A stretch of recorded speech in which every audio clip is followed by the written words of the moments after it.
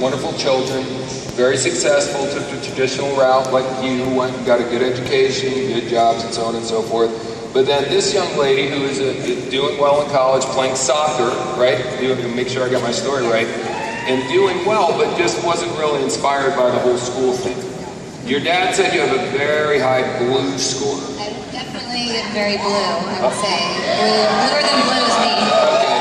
So then, John told me his daughter called him up one afternoon and said, Dad, I found what I want to do with the rest of my life, or words to that effect. Why don't you tell me about that phone call real quick? Well, normally my daughter does not call me up and ask to come to my office, because coming to my office is not a blue thing to do, right? So anyway, I get a phone call one afternoon. This is about a year ago, this past April, right before United, right before the United convention. And I answer the phone, she goes, Dad, what are you doing? I said, well, honey, I'm doing what I always do. I'm working my butt off so I can have a good life.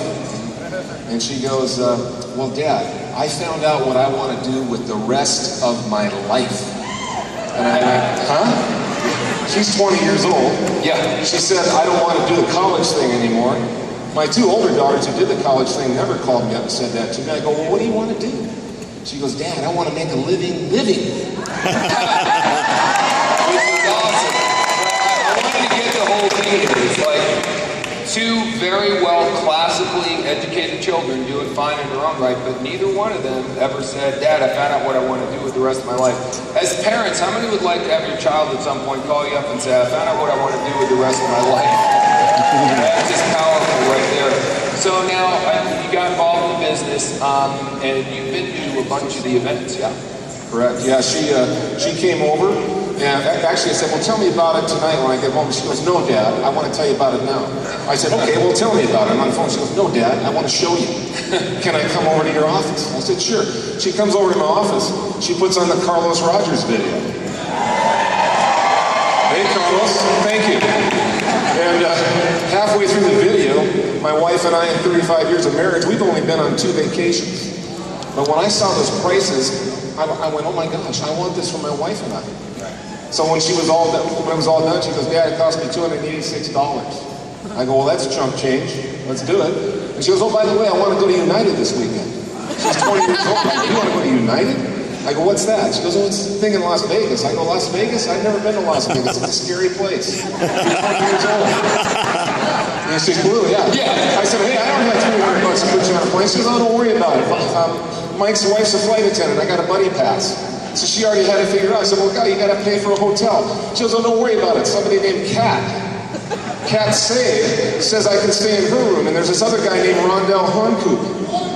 And then there's a guy in Washington State named Buddy Buck. And so it's Buddy, Kat, Rondell. I go, what is this, a Mickey Mouse Club? Anyway, she went to United, blew our phone up all weekend long, and then I got involved. I want to hear the story because, again, we have limited time, but tell me about when you were sitting in the room and made a decision about going to an event. So I started going to the trainings because I figured I'm going to do this with my daughter. I better be a role model and go to the trainings. Of course, she's going too. We're having a blast. And I'm sitting there at a Super Saturday, and Buddy Buck goes, look, if you want to win, you got to go to the events. I heard him say this, and she's sitting next to me, and I'm going, dude, I want to win because if I don't win, she's not going to win. And I physically got up out of my chair, and I went up to the front of the room, and I had no idea how I was getting to Denver. Because like every 98% of the people in the country, I'm 60 to 90 days from being broke. I'm living paycheck to paycheck as an educator. Living a good life, and not a great life. And so I went to NBC last year in Kansas City, and it completely changed the trajectory of my life and my entire family's life. I think the cool thing is, when Buddy was doing this, what really moved me was he told me, and I hope it's okay I tell you this, he said, man, I mean, Buddy's saying if you're serious about this, you got to come up in front of the stage, you got to go to Kansas City. And he's like, I don't know if I can afford to go to Kansas City, but he's like, you know what? My daughter wants this too bad. So he just took a leap of faith and went up there to make her proud of him and to lead the way for their family. And still didn't know how it was going to happen. But they got there again. So the story is you're not IMD yet, but are you guys enjoying Worldventures? This is our 5th event. We've been... My 6th. Okay. Yeah, each one of these events has been a peak life experience for us. That's awesome. And as an educator, I have never had the kind of professional, personal development that I've seen